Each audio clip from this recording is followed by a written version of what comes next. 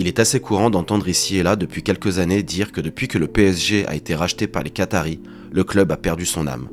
Je me suis donc penché sur deux périodes bien distinctes de l'histoire du Paris Saint-Germain, car après réflexion, je me suis rendu compte qu'elles avaient beaucoup de similitudes dans ce qui constitue l'ADN du club, voire même la ville de Paris elle-même. Je vais donc parler dans cette vidéo de l'ère Canal+, et la comparer avec l'ère QSI, deux époques, deux directions, et pourtant plus ou moins la même vision.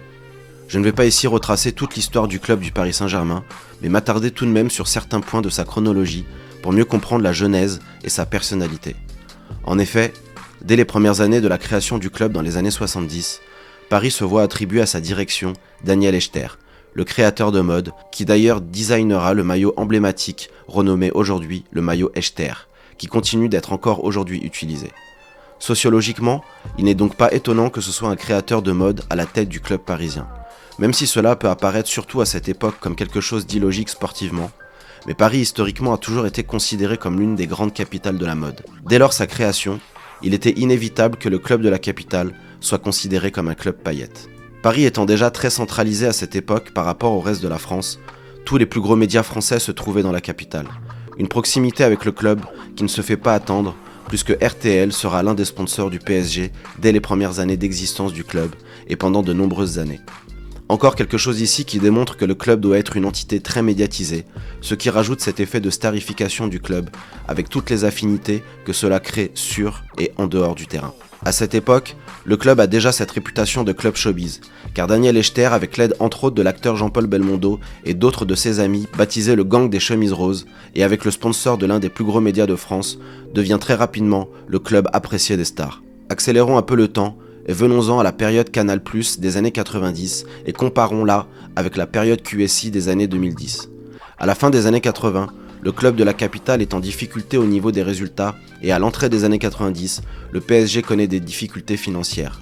Inquiet de cela, Jacques Chirac, alors maire de Paris, va aider la chaîne Canal+ à devenir l'un des plus gros actionnaires du club, ce qui va permettre au PSG de rentrer dans une nouvelle dimension.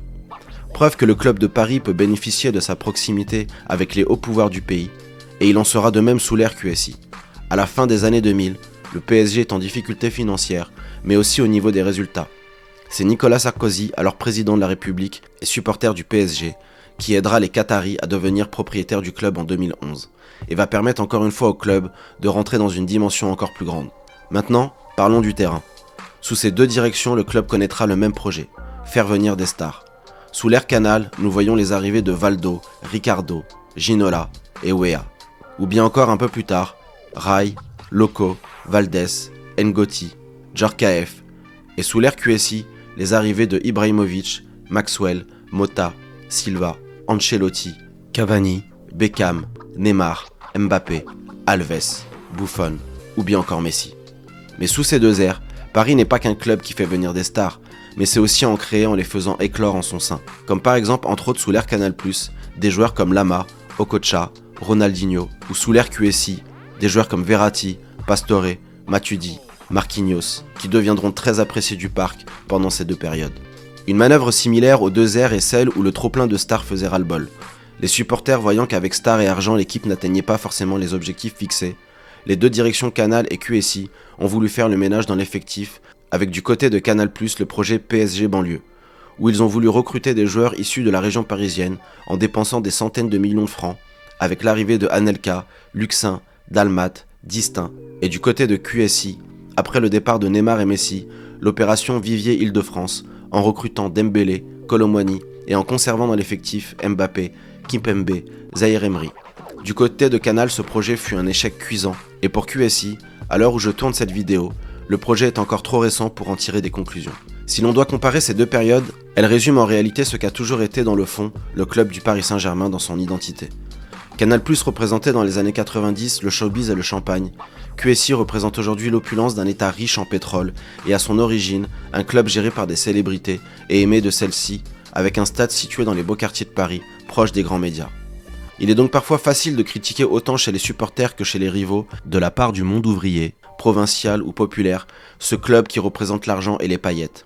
Mais dans le fond, le PSG est bien plus que ça. C'est un club qui, parce qu'il est unique au haut niveau dans la capitale et qu'il est le club de la capitale, qu'il représente en réalité toutes les couches sociales jusqu'en banlieue parisienne et au-delà. Il fait rêver autant sur le terrain qu'en dehors.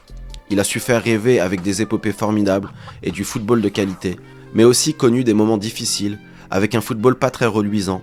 Mais durant ces deux périodes, Canal et QSI, la vision aura été la même avec des cycles qui se répètent, et à la différence que Canal avait moins de moyens et d'ambition, alors que QSI avait un budget quasi illimité et a su développer la marque et faire connaître le club à l'échelle internationale à hauteur de leurs investissements. C'était deux époques différentes, des directions différentes, mais une vision qui a toujours été proche de celle de l'ADN du Paris Saint-Germain d'origine, à savoir un club riche où il est bon de se montrer quand on est une star, que ce soit dans les tribunes ou sur le terrain. Mais c'est avant tout un club qui représente le mieux la mixité sociale, représentative de ce qu'est Paris et sa banlieue.